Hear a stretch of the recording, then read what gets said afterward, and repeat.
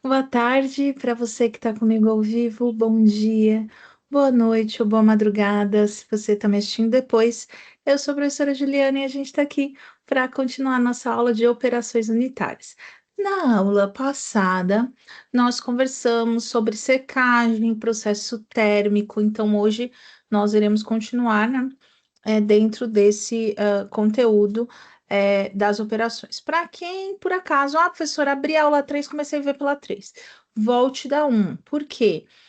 Principalmente porque a aula um ela traz o conceito do que é a operação. Então, são processos feitos a nível industrial. Alguns processos a gente até pode fazer em casa. Então, secagem mesmo, você pode utilizar o sol, óbvio, não vai ser dentro da qualidade do processo industrial, mas a gente traz justamente essas questões voltadas para os processos industriais, para a gente poder ter ali a produção de uma IFA, né, que é um princípio, um insumo ativo, né, o conhecido antigamente como princípio ativo. A gente pode ter, por exemplo, a criação de um fármaco, né? Então, o fármaco não é para a gente achar, é só misturar e pronto, não. A gente tem etapas para ter as misturas, e aí tem as características da mistura. Não sei quem me perguntou sobre cristalização, então a gente, lá no Instagram, a gente vai conversar sobre cristalização, né? Que cristalização é feito por saturação, então se a gente tem ali algum processo de cristalização, esse processo ele vai ser feito por saturação da amostra. Então, todos esses processos vocês precisam conhecer. Por mais que a gente está falando muito de escala industrial, porque operações unitárias ela visa essa escala industrial, mas a gente pode estar falando, por exemplo, de uma farmácia de manipulação, tá bom? Então, as operações, ela não entra só em escala industrial, que me perguntaram isso também no Instagram, tá? A professora deixa o material aqui no chat, só que só consegue ver quem entrou. Então, vocês têm duas opções: ou pedir lá no Fale com o Mediador para elas, me passa o link do material da professora, porque daí elas podem te enviar, ou você me segue, não precisa nem me seguir, pode só me mandar mensagem lá no Instagram. Professora, me fale de onde você é, apesar que só vocês têm operações unitárias. Professora, eu sou de operações unitárias, me manda o link do material, que aí a professora manda o link do material, tá? Bom, a gente viu na última aula secagem e processo térmico. Hoje nós iremos começar sobre um processo muito conhecido, que é separação e destilação, tá? A destilação é um processo muito usado. A gente viu na aula um ou na aula 2? Foi na aula um que um dos problemas da indústria é a água, né? A gente conversou sobre água, então é sério, é bem sério. Porque a água ela precisa passar por vários processos para ter uma água que possa ser utilizada, que não tenha nenhum tipo de contaminante, né? Um dos processos é a destilação. Então, existem vários processos para separação de mistura, tá? Vários, a gente não tem só um, tá? E aí a gente pode ter processos que vão separar misturas que são homogêneas, ou seja, que tá tudo misturado ali, ou as eutrópicas, né? Que são aquelas que não estão misturadas por completo. Então a gente vai ter a desidratação química, a destilação azeotrópica, a gente tem a destilação extrativa, a absorção, a destilação a vácuo. Então a gente não tem só aquela destilação básica que a gente sabe que usa em água de laboratório, por exemplo, de análises clínicas, né? Às vezes tem um destilador lá. Não, a gente tem variações dentro da destilação, tá? E aí, eu trouxe toda vez que eu trago algo meio laranjinha, meio vermelho, é para vocês prestarem atenção. Então, pode ser um processo de alto custo e os solventes que são utilizados em algumas vezes para separar as misturas são extremamente tóxicos para o ambiente e aí se torna um problema ambiental. Então, existe toda uma vertente dentro da indústria, tem até selos para isso, para a utilização de solventes. ahn, é um termo em inglês, mas assim, um solvente mais leve para o ambiente. E, obviamente, o resto, a água residual, que a gente já conversou aqui, ela tem que ser tratada, ela não pode ser simplesmente jogada num rio, né? Se sabe que tem muito da poluição lá do Rio Tietê em São Paulo foi por conta de processos assim, tá? Então, é, olhando ali embaixo, né, aqui, a destilação ela é amplamente empregada. Então, um exemplo, né, falando aí da guerra é, dos Estados Unidos ali com o Oriente Médio, com o Irã, a gente tem ali a fechada do Estreito de Hormuz. Não sei se vocês já perceberam, muita gente fala assim: ah, mas o Brasil, ele não sei porque ele sofre com o preço do petróleo, porque a gente é autossuficiente, mas o petróleo brasileiro, ele não é um petróleo de boa qualidade para combustível. Porque os petróleos, vocês vão ver, pesquisem depois, ele tem barris. Né? Vocês vão falar barril tal, barril tal. O barril brasileiro ele é mais barato que o barril de lá, porque ele é mais difícil de destilar, muito mais difícil. Então ele se torna mais caro, ele gera mais, pode gerar mais poluente, pode ter um custo maior para fazer essa destilação. Não é tão simples. Então por isso que muitas vezes a gente precisa comprar petróleo de fora, por exemplo. Então a destilação é amplamente empregada no refino do petróleo para separar vocês olharem aqui, para separar as frações. Então, eu não quero o petróleo todo, não boto petróleo lá no meu carro. Né? Então, eu quero as frações, eu quero a fração para eu poder produzir o combustível, né? Transformando em produtos, né, que a gente conhece, inclusive insumos para gente dentro da indústria farmacoquímica, tá? Então, não é só o petróleo, eu acredito que vocês saibam, ele gera várias coisas. Então, tem vários plásticos que são derivados de petróleo. Então, o petróleo ele não gera só o combustível, né? Então, muita gente fica falando do barril do petróleo, o combustível, o combustível aumentar. Não é só o combustível. O petróleo é usado para muita coisa, tá? Tanto que, tô passando a mão no meu cabelo, eu lembrei, produtos de cabelo, a gente tem petrolatos, né? A gente tem alguns silicones que são derivados de petróleo. Então, né? Ele é amplamente utilizado.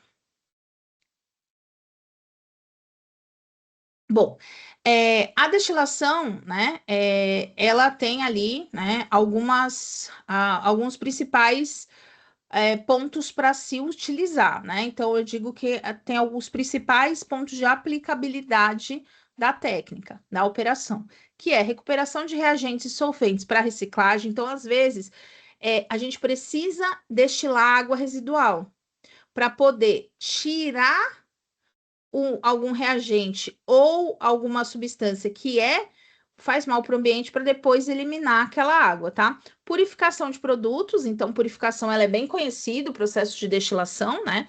Separação de misturas azeotrópicas, que são aquelas misturas mais complicadas, mais complexas.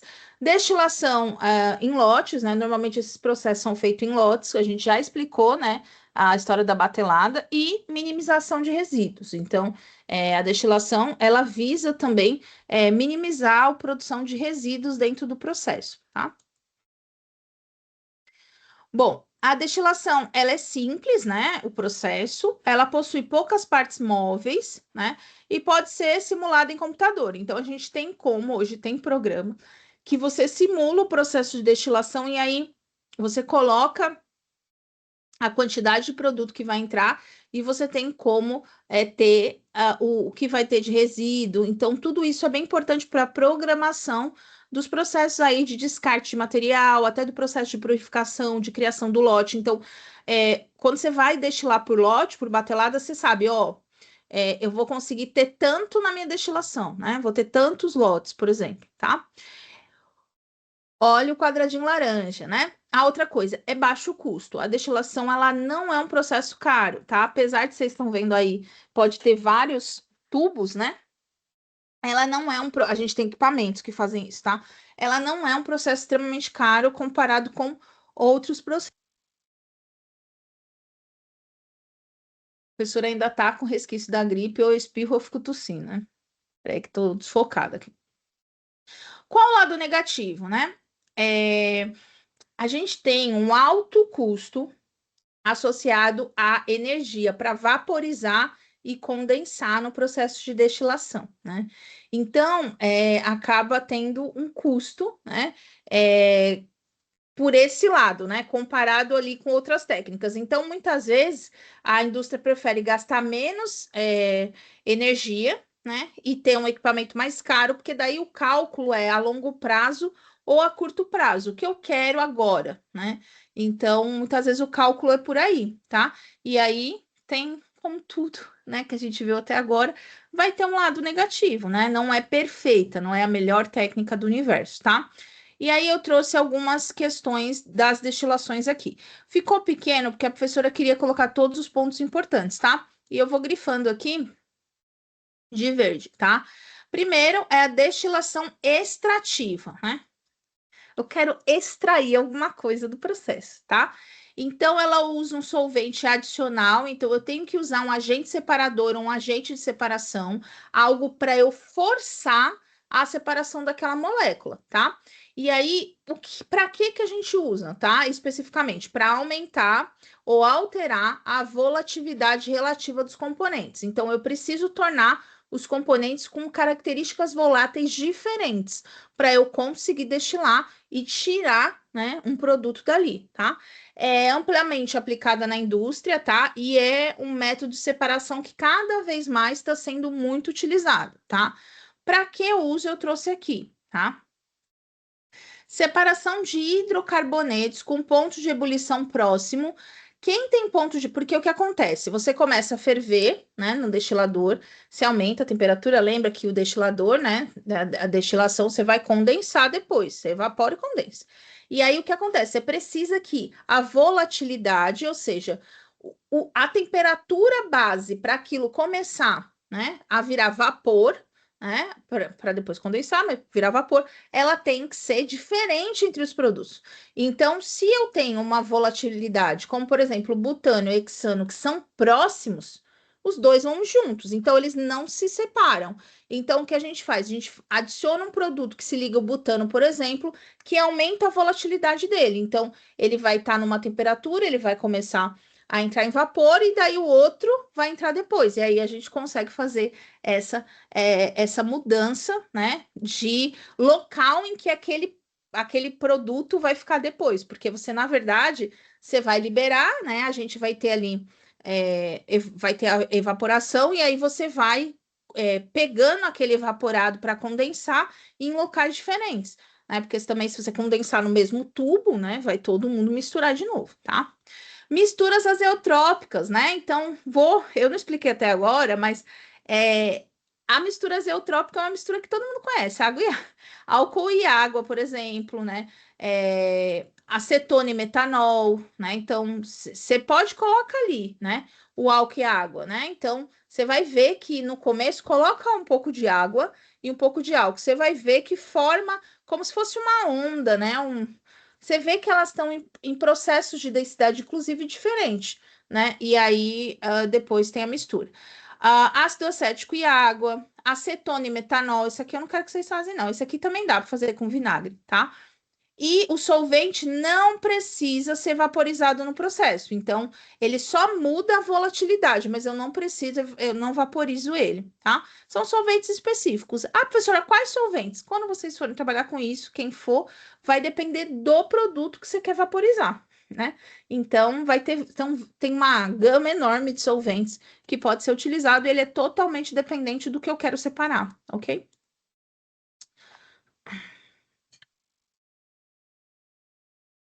A professora bebeu uma aguinha, tá?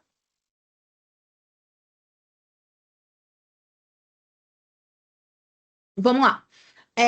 A evaporação e outros processos, tá? Primeiro, é a evaporação versus a secagem, né?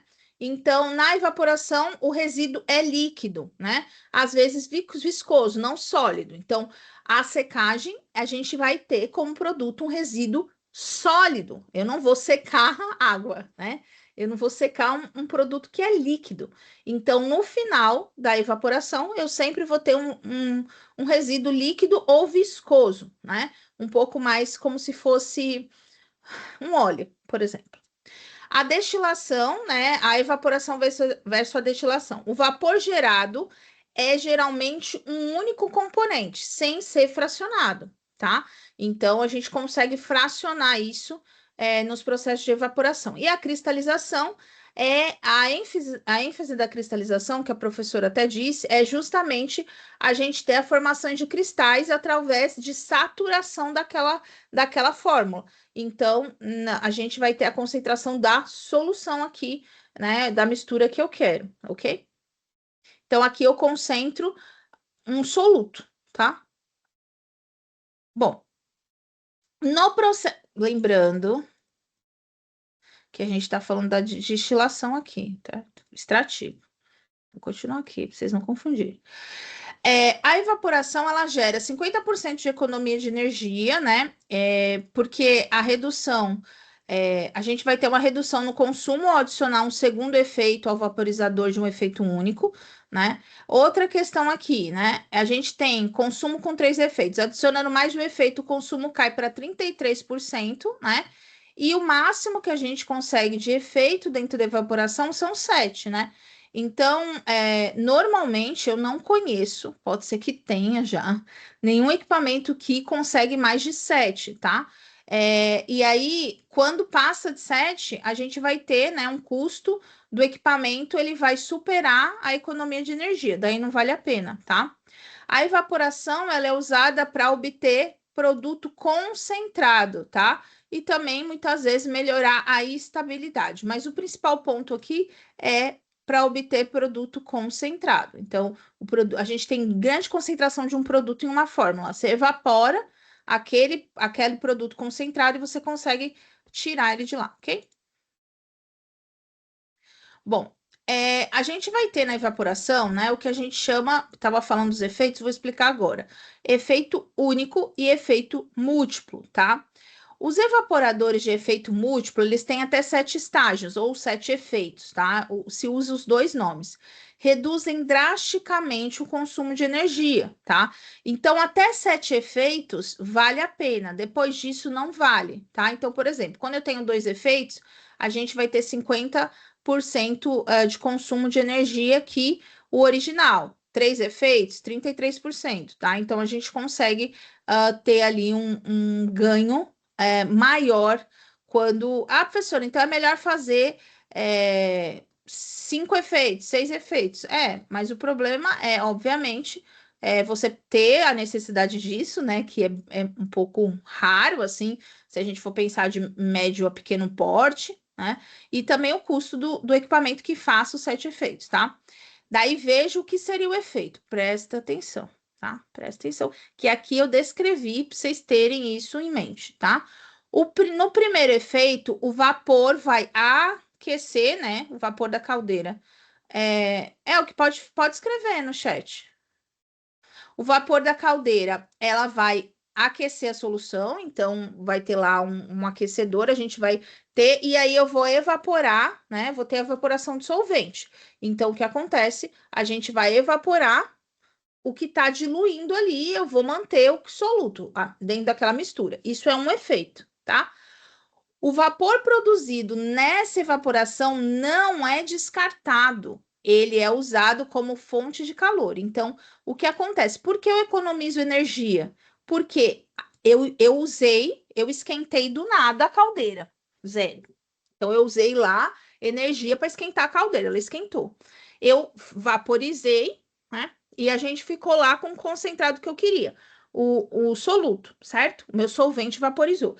Só que o vapor desse processo, ele entra, que ele vai estar quente, esquentando o próximo. Então, eu aproveito, não é toda a energia, mas eu aproveito parte da energia para o segundo efeito, certo?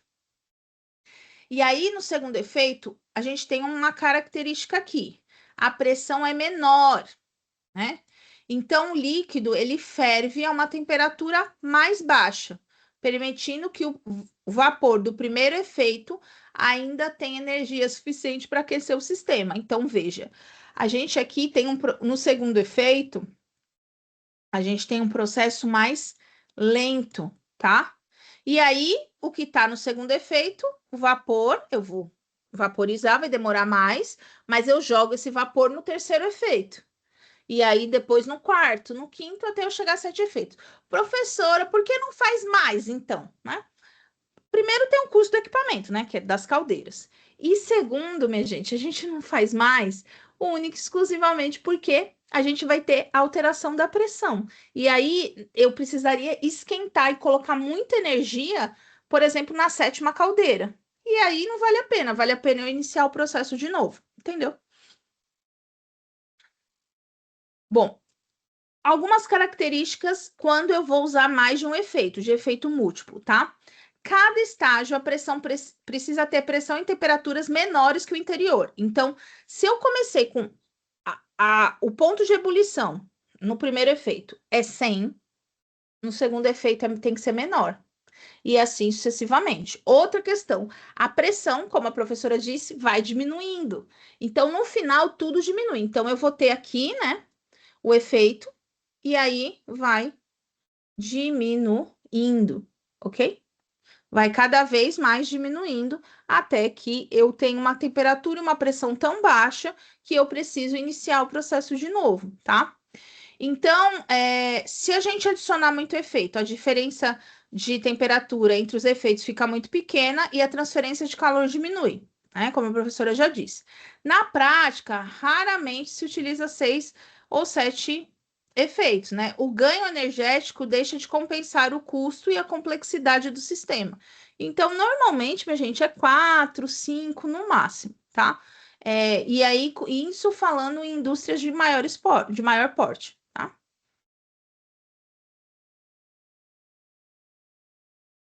Bom, a maioria, dentro dos processos de evaporação, tá? A maioria dos evaporadores, não são todos, mas a maioria é aquecida por condensação de vapor em tubos de metal, tá? Então, eu vou aquecer e vou condensar dentro desses tubos, tá? O material a ser evaporado é líquido, então é sempre o material, ele vai ser líquido, sabe? E geralmente sob o vácuo moderado, tá? Então, o vácuo que a gente utiliza de pressão é 0,05 atm. Lembrando que pressão a gente mede atm, que é a pressão atmosférica, tá? A medida. Eu acho que vocês não veem isso em outra disciplina, mas se vem, a professora está reforçando aqui. E aí, quando eu reduzo a temperatura de ebulição, eu aumento a diferença de temperatura entre o vapor e o líquido, aumentando a taxa de transferência de calor, tá? Então, é justamente isso que o sistema faz. Ele vai reduzindo a temperatura de ebulição para aumentar a taxa de transferência do vapor e do líquido, ok? Lembrando uma coisa importante, que cai muito em prova de concurso da vida aí, tá? Já vi perguntando também em entrevista de emprego. Em concurso o quê? Quando é para trabalhar em algum processo, alguma indústria, tipo Hemobras, etc. Foi um exemplo, né? Alguma indústria que está vinculada ao governo, tá? Então, o evaporador de efeito múltiplo, ele é usado em larga escala em grandes indústrias. E normalmente a gente para no quarto, quinto efeito. A temperatura ela diminui gradativamente, então sempre o primeiro efeito, ele tem uma temperatura maior do que o último efeito. O mesmo vale para pressão.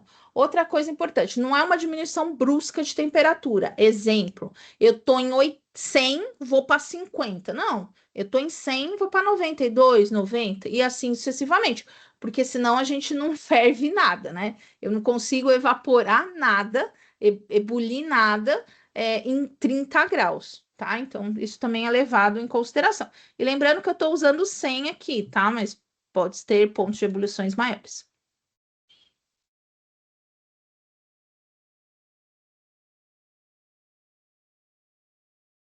Bom, na evaporação, normalmente a gente procura o líquido, né? Que fica e que é o produto que a gente quer. O vapor, ele é jogado no sistema e depois ele é descartado, tá? Em casos específicos, presta atenção aqui, específicos, o vapor é o produto desejado, mas é bem específico. E aí eu trouxe uma fotinho aqui dessa especificidade, tá? Que é a evaporação da água do mar, tá? Então, quando você tem ali a evaporação da água do mar para dessalinização, para você tirar o sal, para usar a água do mar, porque tem lugar que você tira o sal para usar o sal. Mas nesse caso aí usa secagem. E aí, nesse caso aí da evaporação, é para a gente usar a água. E aí, o produto desejado do vaporizador é o vapor. Mas na maioria dos casos, esmagadora, o vapor é condensado e ela é jogado fora. Aqui não, a gente condensa o vapor e o produto que sobra é o que a gente não interessa, tá? Ou você pode até usar para outras funções, assim, mas não interessa para a função principal, tá? O processo em larga escala, ele foi desenvolvido, tá? Na verdade, para recuperar água potável do mar, né? Então, provavelmente, minha gente, isso aqui ele é o futuro. Obviamente que muito mais eficiente, mas é o futuro, porque a água potável do país vai acabar. E aí o que a gente tem em grande quantidade, eu vou até perguntar aqui para internet, só para me ver se eu não vou falar uma besteira.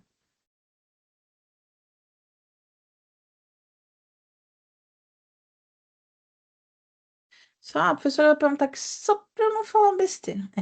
É de 0,008 a 1% da água potável de todo o da água disponível no planeta é potável, ou seja, 1%.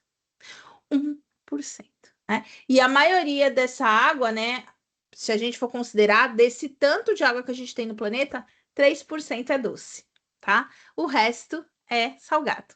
Então, desses 3%, se a gente for pensar que 3% é tudo que a gente tem doce, ela seria o 100%. 1%, então 30% da água doce do planeta ela é potável, porque o resto não é. Não pode, não dá para tomar, né? Tudo bem, dá para passar por processo para se tornar potável, mas se a gente for pensar que cada vez mais a gente está perdendo esse recurso de água doce, a gente vai ter que dessalinizar. Não tem muito. E assim, o problema é dessalinizar em, água, em alta escala, tá? Para um país todo, assim, né? Para um grande país, um país continental como o Brasil. A gente ia ter realmente problema com água, né? E ainda eu entendo que o maior uso de água no Brasil é do agro, tá? Não sei se vocês sabem disso. Mas mas, gente, às vezes a gente não precisa ficar tanto tempo no banheiro. Você vai construir uma casa, tem condição financeira? Pense em um processo de guardar água da chuva para jogar num vaso sanitário. Não para você beber, mas para jogar no vaso sanitário, para lavar quintal, né? Melhorar esses processos de uso, né, da água. Porque assim, a gente não vai sofrer, mas umas 3, 4 gerações, daqui 200 anos, a gente vai ter um sério problema com isso, tá?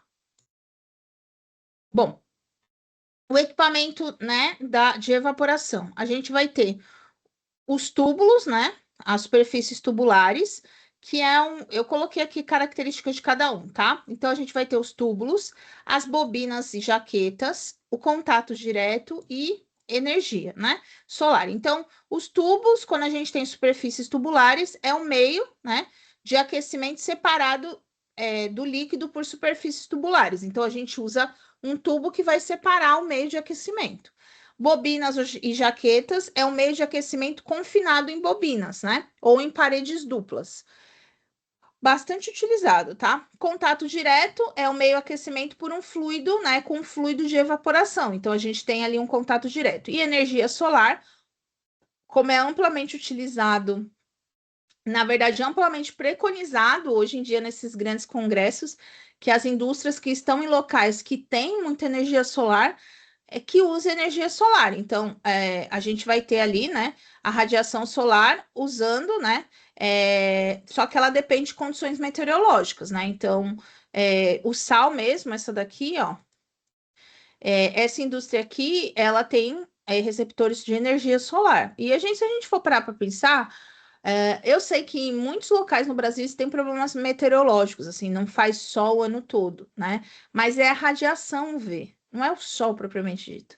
E a gente tem muita radiação UV mesmo estando nublado, né? E aí, nesse caso, né, a gente poderia, né, as indústrias poderiam começar a investir nisso, né? A gente tem fazenda de energia solar, né, em vários locais assim, mas a maioria das pessoas é para uso doméstico. Então a gente poderia ter essas empresas quando pegasse uma fábrica, pegasse um espaço do lado, próximo, para poder produzir energia, não necessariamente para usar tudo, né? Talvez não dê a necessidade energética, mas pelo menos para diminuir um pouco desse custo da energia para o ambiente, né?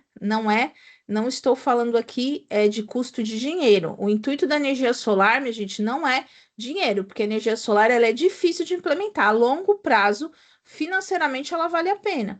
Mas estou falando de proteção em meio ambiente mesmo, sabe? Eu fico pensando assim, os prédios que estão construindo. Aí, tem aqui um prédio construindo aqui perto de casa, na rua de trás, na rua do lado, sei lá se é de trás do lado, depende de onde eu estiver do prédio.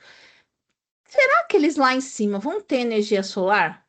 Porque se colocar umas placas ali, já paga a energia do prédio. Vai ser bom para os moradores, porque vão pagar menos condomínio, mas vai ser bom para o ambiente. Então, eu ainda acho, minha gente, que devia ter uma lei para obrigar os apartamentos novos a ter placa solar, né?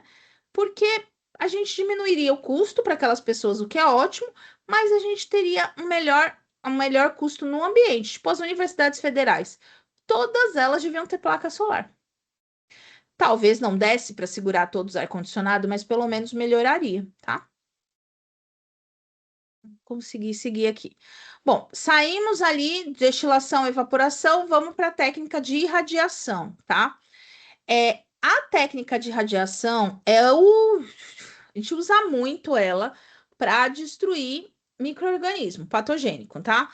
E aí, por definição, eu trouxe a definição, não concordo, tá? E retardar a germinação em vegetais, né? Que é justamente cuidado. Por isso que eu não gosto desse termo, porque muita gente fica.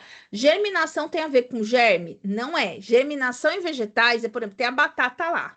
A batata ela vai germinar para ela crescer lá, para continuar produzindo batatinhas. E aí você impede a germinação, entendeu? Por irradiação, porque você atrasa ali ou destrói as células, tá? E também esterilizar produtos farmacêuticos e hospitalares. A gente usa muito radiação para esterilizar produtos hospitalares, aqueles produtos que vão para cirurgia e etc, tá? Também tá dentro ali dos insumos farmacêuticos, se a gente for parar para pensar. Porque quando eu esterilizo uma seringa, eu estou esterilizando. Eu posso estar com uma seringa contaminada e contaminar o fármaco, né? A solução ali do fármaco. O uso da irradiação, ela foi regulamentada pelo FDA, que é a Anvisa dos Estados Unidos. Eles não são tão exigentes igual a nossa Anvisa, tá? Em 1963. E é uma técnica que a gente usa até hoje, né? É utilizada até hoje nas grandes indústrias que produzem ali, e muitos insumos farmacêuticos, né? Produtos farmacêuticos também são esterilizados dentro das indústrias farmacêuticas, tá? Bom, eu trouxe aqui, né? Lembrando, azulzinho é descrição e vermelhinho é um ponto de atenção. Então, a radiação a gente vai expor o material vegetal, animal ou máquina, né? A gente pode usar a radiação, por exemplo, para esterilizar cabine, né? Então, através de feixes de elétron ou fontes que emitam radiação, tá? E aí ela vai fazer o que essa radiação? A radiação ela interfere no material genético, né? Então ela vai atuar interferindo, impedindo a divisão das células, né? Como bactérias, células de organismos superiores, como no caso da germinação, tá? Porque ela vai alterar, a gente já viu em biomol, ela vai alterar as estruturas moleculares, tá? E aí a gente tem. Quem assistiu? Quem não assistiu, vai assistir. Vai assistir, é sério. Se não assistir agora, assiste nas férias. Aquele seriado que fala da emergência que fala do césio. Acho que é a emergência radioativa da Netflix. Vão assistir, porque é muito legal. Eu não assisti ainda, mas a história é muito legal. Eu vou assistir nas férias. A gente pode usar césio 137 para radiação, tá? Só que ele não é muito aceito, tá? No Brasil, então, né, a gente teve esse acidente. Tem outros acidentes no mundo, né? O do Brasil é o mais conhecido, tá? Realmente foi uma tragédia, o acidente, tá? E aí a gente tem o cobalto 60, né? Que é o de maior aceitação e maior utilização comercial, tá? Ele vem na forma metálica, ele é insolúvel em água e por isso ele tem maior segurança ambiental, tá? Por ser insolúvel em água, ok? Então, normalmente, se vocês pegarem algum concurso, alguma prova, cobalto 60 é o mais comum da gente utilizar, tá? Bom, a gente pode usar radiações ionizantes, né? E aí a gente tem algumas questões aqui, tá? Então a gente pode ter ensaios não destrutivos, tá? Que vai utilizar matérias, por exemplo, para inspecionar o interior de materiais e conjuntos lacrados, né? Então a gente utiliza, né? Esse tipo de radiação justamente muitas vezes, né? Para você ver o que tem dentro daqueles produtos, tá? Modificação de polímeros, né? Alteração das propriedades poliméricas, né? Para aplicações específicas. Então, eu posso usar a radiação ionizante para modificar polímeros para eu ter ali uma utilização para aqueles polímeros, tá? Então, a gente pode usar a técnica de radiação não somente para esterilizar, se a gente for parar para pensar, a gente pode utilizar para outros fundos, tá? Na indústria farmacêutica, a gente usa muito na esterilização, né? E aí a gente puxa ali para a parte médica, né? Hospitalar, que aí a gente tem toda aquele processo de radiação sem uso de calor, por quê? Qual o problema? Ah, professora, por que não coloca na autoclave? Porque a autoclave, ela cria vapor de água, e aí pode ser um problema, né? Conta de fungo e etc. Então, nesse caso, a radiação é a melhor coisa, né? Então, por exemplo, na biologia molecular, a professora usa tubinho esterilizado, e muitos deles são esterilizados por radiação e não por autoclave, tá? Que aí é temperatura. Preservação dos alimentos, né? Então, a gente tem processos ali para você ter de infestação, de produtos alimentícios. Então, para você não correr o risco de ter alguma larva, alguma coisa lá, tá? E também eliminar micro-organismos patogênicos, como eu disse, em alguns tipos de legumes, verduras, para evitar a germinação também pode ser utilizado. Professora, vão colocar radiação na minha batata, eu vou morrer. Não, não vai, né? Não, não faz mal o consumo, tá? A quantidade irradiada é muito mínima, é muito baixa, tá bom? Ninguém vai virar o X-Men aqui, não se preocupe, tá? Se fosse assim, a gente não poderia usar tubo esterilizado, né? Porque muita coisa que a gente compra pronta não é esterilizado por autoclave, é esterilizado por radiação, tá? Bom, e aí, vantagens da esterilização por radiação, que é o que a gente mais usa, né? Não tem necessidade de calor, né? Então, se é um material termossensível, que não suporta o calor seco ou o calor úmido da autoclave, do processo por temperatura, né, de esterilização, é uma boa. A esterilização de materiais já embalados, né? Então, muitas vezes, o que acontece? Alguns materiais que vão para cirurgia, vão ser colocados muito próximo de um paciente aberto, por exemplo, eles são esterilizados por calor, normalmente seco, para não ter gotícula, e depois, com a embalagem fechada, lacrada, eles esterilizam na embalagem, certo? Para não correr, porque quando eu coloco, para não correr o risco nenhum, então a gente tem uma dupla esterilização, tá? Hoje em dia, esse tipo de esterilização é visto como promissora, tá? E aí, obviamente, muita gente estuda para desenvolver mecanismos de radiação, né? Para esterilização muito mais versáteis, econômicos e com menor risco, né? Então, óbvio, a expansão da tecnologia ela favorece os processos de irradiação, tá? Lembrando, é irradiação, você vai jogar feixes lá daquela radiação, priorizando, né? Isótopos que não sejam tão perigosos e também que não se misturem em água, né? Para você ter uma facilidade ali. Na verdade, para não ter tanto risco ambiental e humano, tá? Bom, muitas indústrias, né, farmacêuticas podem, no caso, né, para vocês terem uma ideia, né, a gente tem ali, né, mais de 3 milhões de metros cúbicos de materiais descartáveis para uso médico que são irradiados, por radiação gama, tá? O que acontece? A gente tem algumas substâncias farmacêuticas, né, que podem reagir com óxido de etileno. E aí, o que acontece? A gente produz, né, produtos tóxicos a partir dela e instáveis ao calor. Então, toda a fórmula farmacêutica que tiver óxido de etileno, ela não pode sofrer processo de esterilização por calor, porque é estável e pode gerar componente tóxico, tá? E aí a alternativa de calor é válida, tá? Então, em alguns casos específicos, se a gente tem produtos termoláveis ou produtos que expostos à radiação, eles não são só degradados, mas eles geram um produto tóxico, que é um problema, né? Porque você vai dar um remédio, o remédio vai ter um produto tóxico. Daí se opta por usar radiação. E aí, muito material, como eu disse, plástico, descartáveis, é radiação mesmo. A radiação gama, especificamente. Outra coisa, eu coloquei aqui, ó. A maior parte dos produtos farmacêuticos sólidos são irradiados secos, para não ter alteração de perda de potência. Então, para eu manter aquele componente sem alterar a potência, porque se eu coloco um calor lá, eu posso alterar. Se eu coloco um calor úmido, que pode ser um pouco mais fácil de tolerar, eu posso ter uma alteração do meu sólido. Então, para eu manter a estrutura do sólido, eles optam por fazer irradiação, ok?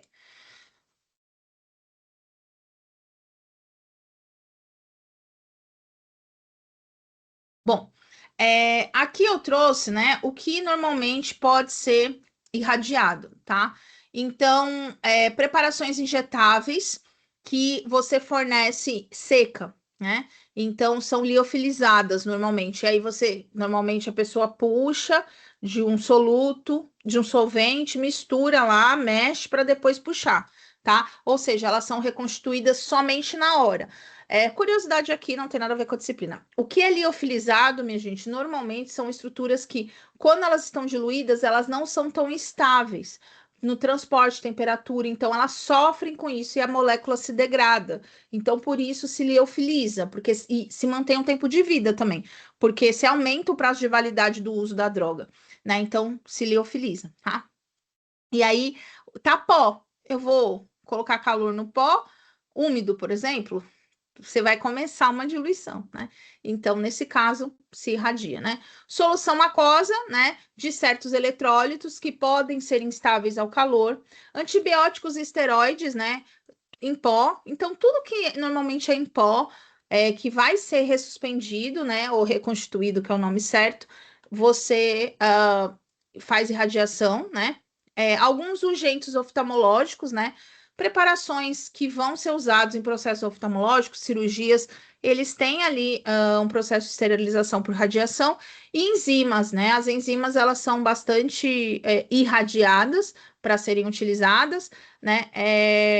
Mas a gente tem uma questão aqui. Algumas substâncias não precisam estar estéreis, mas elas não devem conter, né, determinados limites de organismo patogênico. Não sei se vocês sabem, mas fora da farmacêutica. A gente tem alguns, café, por exemplo, algumas substâncias que você pode ter coliformes fecais, resto de animal, vocês sabem disso, né? Então, alguns produtos farmacêuticos existe uma tolerância de micro-organismo. E aí o que acontece?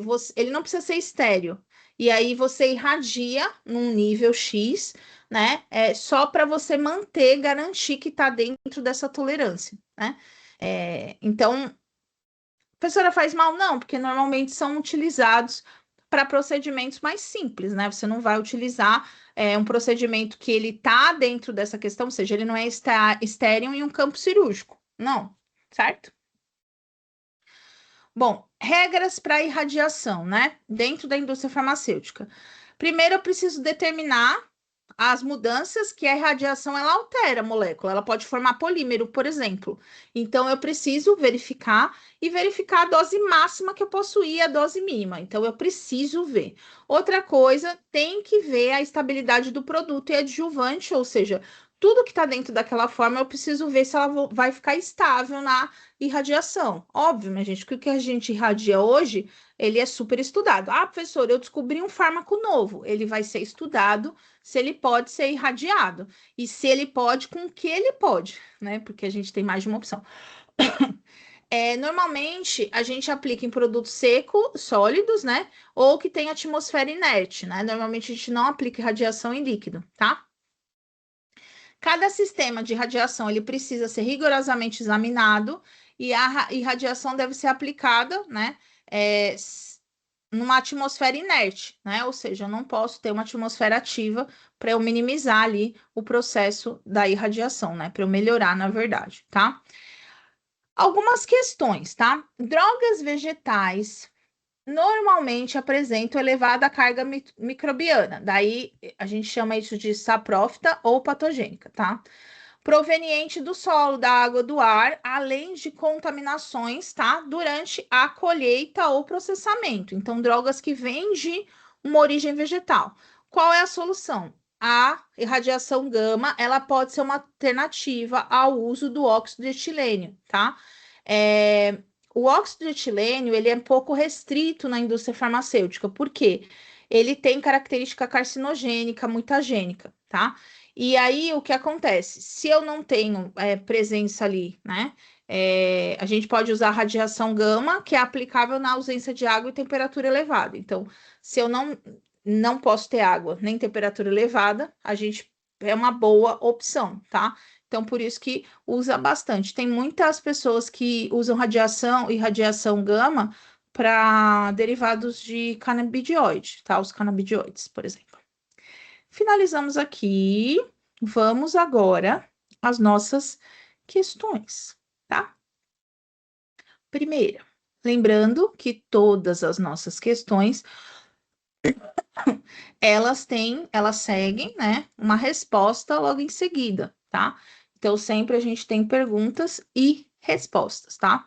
Outra questão importante é que eu recomendo que vocês resolvam antes de olhar a resposta, né? Às vezes vocês vão direto na resposta. Minha gente, é para vocês tentarem resolver, né? Senão, a professora não precisava ter feito as questões, vocês estavam estudando pelo assunto, tá? Então, por favor, atentem a isso, tá? Vamos lá. A destilação é uma das operações unitárias mais utilizadas na indústria química e farmacêutica para separação e purificação de substâncias, tá? Esse processo baseia-se na diferença de volatilidade entre os componentes da mistura. A prof explicou isso. Considerando as características e aplicação da destilação dentro da indústria, assinale a alternativa correta, tá? A destilação é utilizada exclusivamente. Prof já disse, tá? Exclusivamente a chance de ser ela é bem baixa, né? Eu acho que não é essa. A destilação apresenta elevado custo operacional devido à grande demanda energética associada à vaporização e à condensação. Pode ser. A destilação é um processo que não pode ser aplicado na recuperação de solventes. Não, você pode, porque se você destila, né, o solvente vai sair e ele vai condensar, tá? A destilação é limitada a processos laboratoriais e não possui aplicação industrial. Não, né? A gente acabou de falar que é para a indústria mesmo que serve. A destilação elimina completamente a necessidade de solventes. Não, lembra que a profa disse que eu posso usar um solvente para mudar a volatilidade, né, de uma determinada molécula. Então, eu acredito que a resposta aqui é a B, tá? Vamos continuar. A gente vai falar agora de destilação extrativa, tá? A destilação extrativa é uma técnica empregada para separar misturas cujos componentes possuem pontos de ebulições próximos ou formas azeotrópicas, né? Tá escrito errado. E aí, sobre essa técnica de separação, assinale a alternativa correta, tá? A destilação extrativa utiliza um solvente adicional, sim, para alterar a volatilidade relativa à mistura, né? A professora botou a resposta na A, mas vamos ver as outras. A destilação extrativa ocorre exclusivamente em sistema gasoso? Não, né? O solvente utilizado no processo precisa ser completamente vaporizado. A gente viu que não, que o solvente ele pode ficar. Ele pode alterar e aí eu conseguir vaporizar o que eu preciso e o solvente ficar como resíduo da reação. Então, não. Tá? Esse método é aplicado apenas na indústria petrolífera, não também a gente usa na indústria farmacêutica. A destilação extrativa impede qualquer formação de azeotropo. Não, ela pode ser que ocorra a formação de azeotropo, tá? Então, é a resposta A. Vamos lá. Quantas questões eu fiz? Acho que fiz 4, pelo número aqui. A evaporação é amplamente utilizada nos processos industriais para a concentração de soluções líquidas. Lembra que eu não posso evaporar o sólido, né? Daí eu faço secagem. Esse processo apresenta diferenças importantes em relação a outras operações unitárias. Com base na característica da evaporação, assinale a alternativa correta. Na evaporação, o principal objetivo é a formação de cristais. Isso aqui é cristalização, não é? O vapor produzido durante a evaporação é sempre composto por múltiplos componentes da mistura. Não, porque meu intuito é que não seja múltiplo, porque senão eu não vou separar minha mistura, né? A evaporação, o resíduo final geralmente permanece na forma líquida ou viscosa. Isso aqui é verdade. A gente viu. Lá. E o vapor de ar pode ser eliminado e algumas vezes a gente utiliza, né? Ou a gente pode entrar no sistema, lembra do efeito múltiplo? A evaporação ocorre exclusivamente em pressão atmosférica, não. A evaporação é utilizada apenas em pequenas escalas laboratoriais, não se utiliza em grandíssimas escalas industriais, tá? Então a resposta provavelmente é a C aqui. Último. A irradiação é uma técnica utilizada na indústria farmacêutica para esterilização e descontaminação de materiais sensíveis. Esterilização é estéril. Descontaminação, eu vou querer que fique um mínimo permitido. Então, se é 1000 colônias, vai ficar 1000 colônias, tá? Sobre o uso da radiação ionizante, assinale a alternativa correta. Então, vamos lá. A irradiação atua estimulando a multiplicação celular. Não, na verdade, ela diminui, na verdade, ela para a multiplicação, ela interfere nos processos de divisão celular, tá? O processo utiliza radiação ionizante capaz de alterar as moléculas, capaz de alterar estruturas moleculares de células vivas. É exatamente isso aqui. Eu quero alterar para que ela não se reproduza, tá? E aí ela não se reproduzindo, ela vai morrer ali, e aí a gente consegue deixar ou descontaminado ou estéril, vai depender da incidência do tempo da radiação, tá? A radiação exige temperaturas elevadas, não exige, tá? A radiação não exige temperaturas elevadas. Você pode fazer em temperaturas mais baixas. O método é restrito à esterilização de soluções líquidas. Eu disse que não, que na verdade a gente usa muito radiação para pó, né? Para estruturas liofilizadas, suspensões e também para materiais, né? Plástico e etc. O processo utiliza exclusivamente radiação ultravioleta. Não, a gente viu que a gente usa radiação ultravioleta, sabe aonde? Em capela, né? Capela. Mas a gente usa normalmente a gama, tá? Radiação gama. Então é a B. Finalizamos por aqui, tá? A gente vai falar métodos de separação, separação por membranas e filtração na próxima aula, tá? A nossa próxima aula, se eu não me engano, é no dia 4, tá? Deixa eu ver aqui. No dia 4, às 5h15, depois 13, depois 19. Então, 4, 13 e 19, eu ainda estou com vocês, tá? Quem precisar dos materiais, como eu disse no começo da aula, pode pedir para mim, Ju Auril, tá? Ou então você pode pedir lá no Fale com o Moderador, que a moderadora, que é o antigo tutor, agora a gente não chama mais assim, a gente chama de moderador, vai poder falar com vocês, tá? E mandar para vocês, mas qualquer coisa pede no Insta. Não precisa nem me seguir, minha gente. Você consegue mandar mensagem sem me seguir, e aí a professora vai ver sua mensagem e eu colo lá o link para você. Só me avisa. Só falar, não precisa nem falar o curso, porque operações unitárias só tem em farmácia. Então, profa, eu sou de operações unitárias, me manda o link do material, que aí eu mando para vocês conseguem resolver as questõezinhas, tudo certinho, certo? Muito obrigada pela companhia, quem esteve comigo. Vejo vocês segunda-feira que vem. Um beijo e até lá.